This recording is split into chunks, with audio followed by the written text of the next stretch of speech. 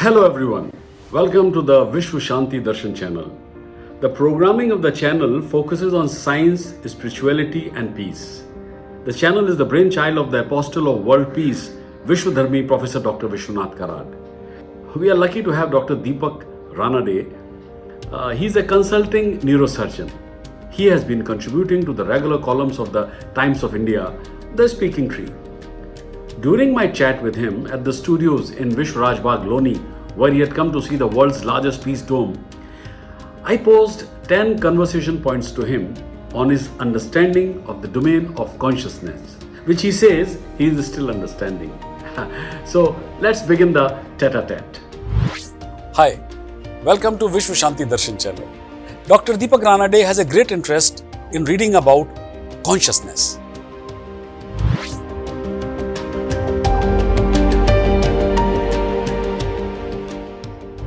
Okay, the next point of conversation is learning to unlearn.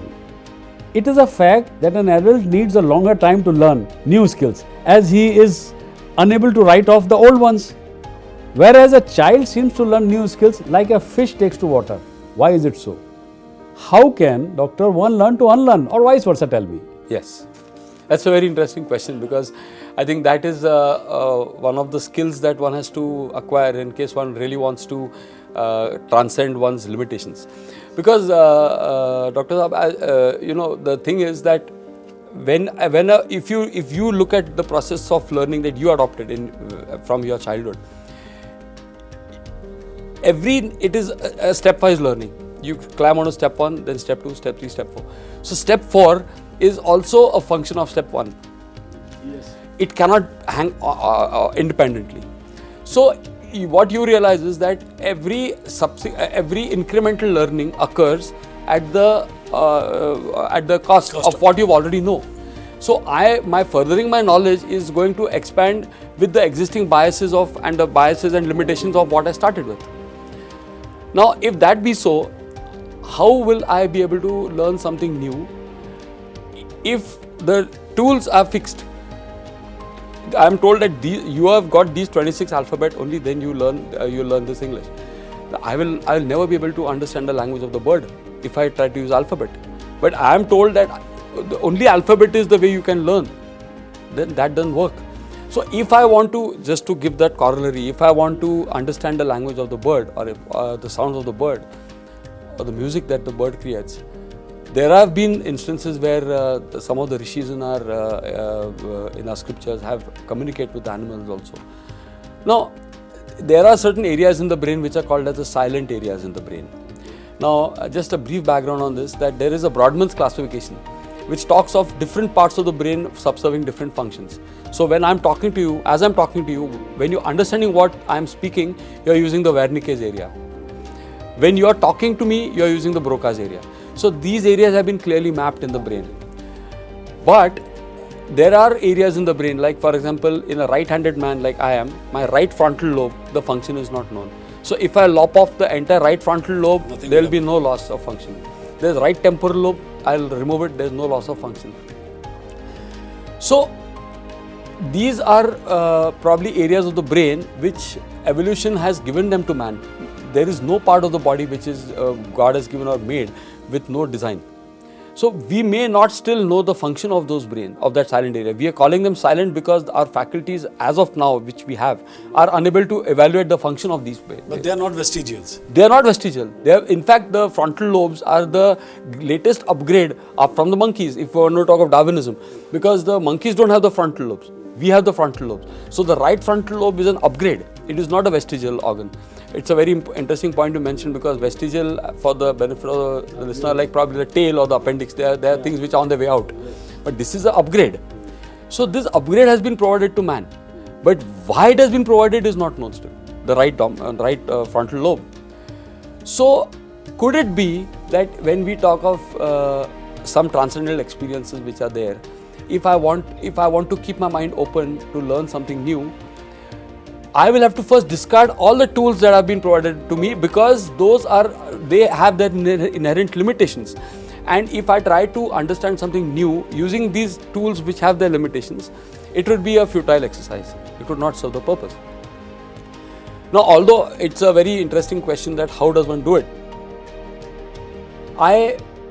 The only solution to that question is that if I were to keep my mind open and I were to, this is one of the greatest points which I'd like to mention to these atheists, these people who are non-believers in God or whatever. You see, if you were to go on the assumption that in Hindi also, I think in Marathi they say that Baap dakho nahi to shraddha kar. I mean, you show me the evidence or I deny its existence. That kind of a very hardcore attitude and extremist attitude, if you have that attitude, then perhaps you are shutting yourself off to the intangible experiences, intangibles that are there, because I can't prove to you everything. So if I keep my mind open and if I say that perhaps my awareness and my understanding of something has limitations, and if I can expand the scope of my understanding to keep, it's like, taking a leap of faith.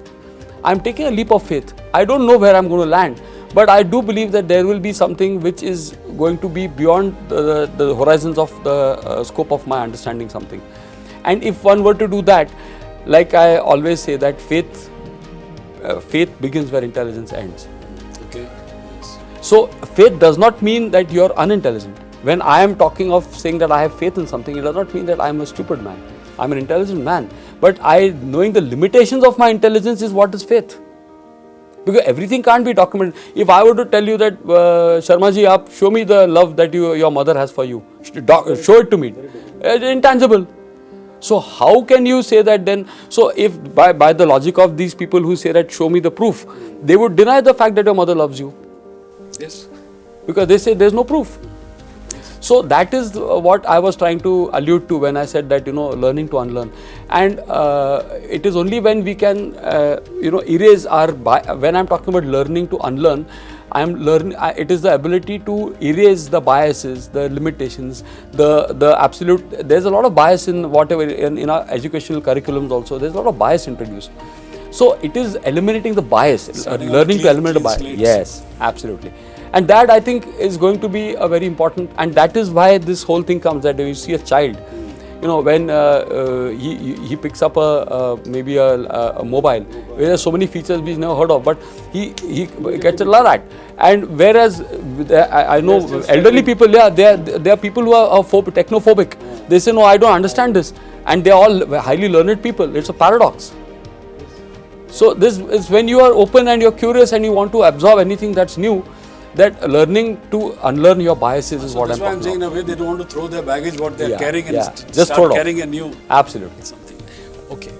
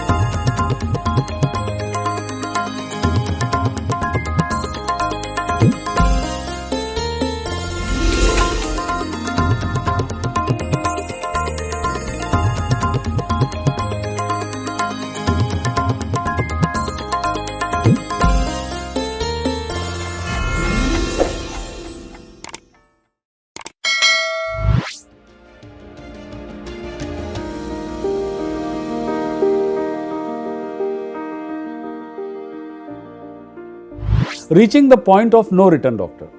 In life, we have plan B and C for every plan A, as they work as an insurance agent against possible failure of plan A. Or do you think that no other option mindset is a better option? Don't you think so? Please elaborate. Yes, I do believe that. I'd like to illustrate this with one very interesting story. There was this man, and he was going across a jungle, and he was running out of water, and he had lost his way, and there was this particular fence which he had to jump over, and it had thorns. So this man he went up to the fence. It looked pretty tall. He realized there was no way to step over it or find any foothold, so he had to jump over it.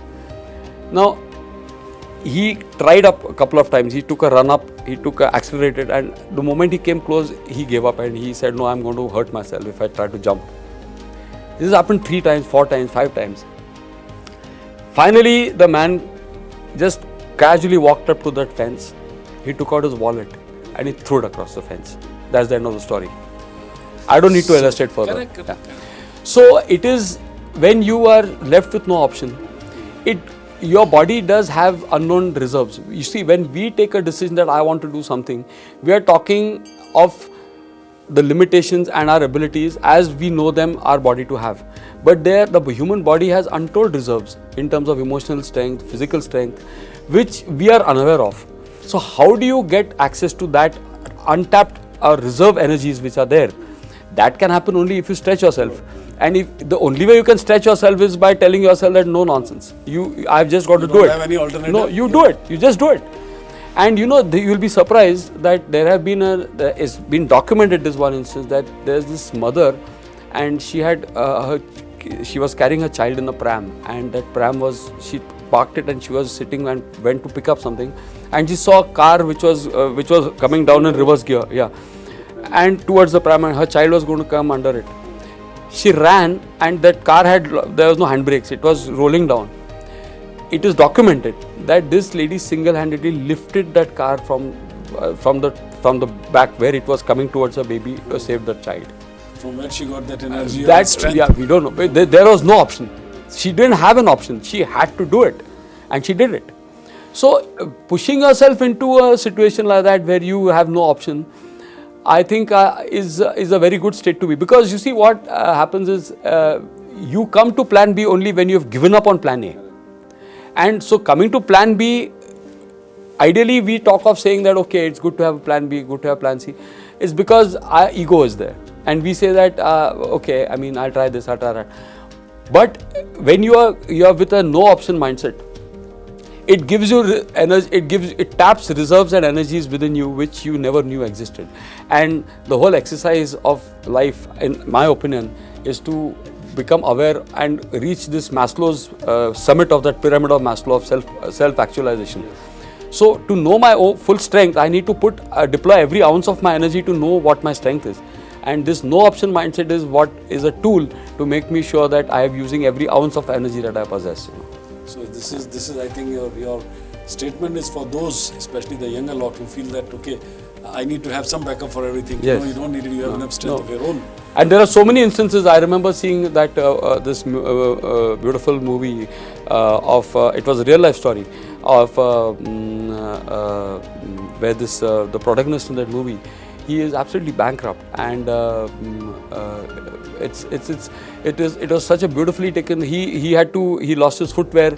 He had to take care of his young son, and his struggle, and eventually went on to become one of the biggest stock market brokers in the United States. The journey, or for that matter, even the journey of our patron Professor Vishwanath Karad, is outstanding journey. I look at him as inspiration, because here is a person who is from some very very Mofussil little town in Marameshwar, and he traces his path and he comes. And when I just had a visit at the dome today, and it's staggering to imagine that. I'm sure there must have been moments when he must have thought that I don't think it's going to be possible. But Yes. that is not something that he subscribes to. I'm going to do it. And I think every person has some element in him. It's just that some people like Professor Karad have the courage and the fortitude to tap into those reserves when they say that no, I'm going to do it at any cost. And so I think this is testimony to the great place that we are sitting in just now. Right. Yes.